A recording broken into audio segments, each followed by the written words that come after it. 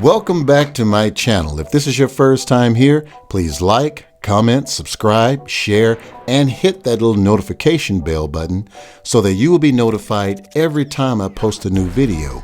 Why? Because the information here could be life-changing. So the question came from a young man who wanted to know if the 7-year rule was correct.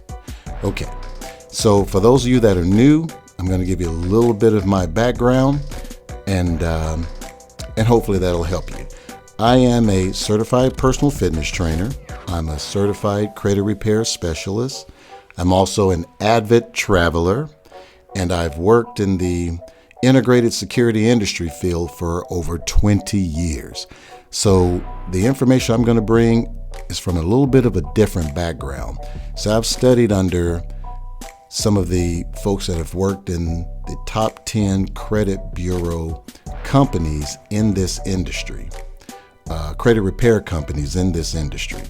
I've also studied under individuals that have worked with 2 of the 3 major credit bureaus in the litigation and dispute division of those companies.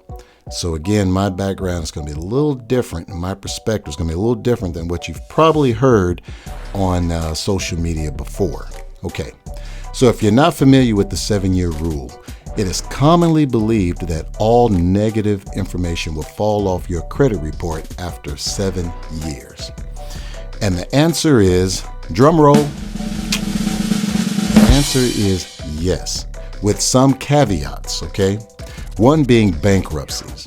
See, the credit bureaus can show a Chapter 7 for 10 years from file date on your credit report. It can show a Chapter 13 for 7 years after discharge, but not to exceed 10 years, okay? Now, you must remember that nothing is ever truly deleted from your credit report, only cloaked or filtered, not allowed to be shown to those that are pulling your credit report, except in a few situations, such as the screening process for employment, where the salary is $75,000 or higher. Also, screening for an insurance policy, where the face value is $150,000 or more, and applying for some form of credit that's $150,000 or greater. Now, these are all situations where the credit bureau can, not must, but can show those accounts that have quote unquote fallen off after the 7-year period. Now, here's what you need to know. When does the clock start ticking for this 7-year period? The answer is the DOFD, the date of first delinquency. Now, it's not when you first missed a payment, but when you first missed a payment that subsequently led to a 30, 60, 90, so on and so forth. Basically, where you never recovered, meaning that you never brought the account back to balance, okay? That's when that date of first delinquency starts. Now, this date is hardwired into the Metro 2 system on your report. It can never be changed or restarted, okay?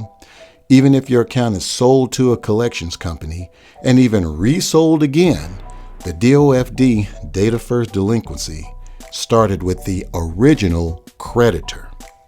And what's even better is that most bureaus will actually delete the account at 6 years and 9 or 10 months, just to get ahead of the game, guys.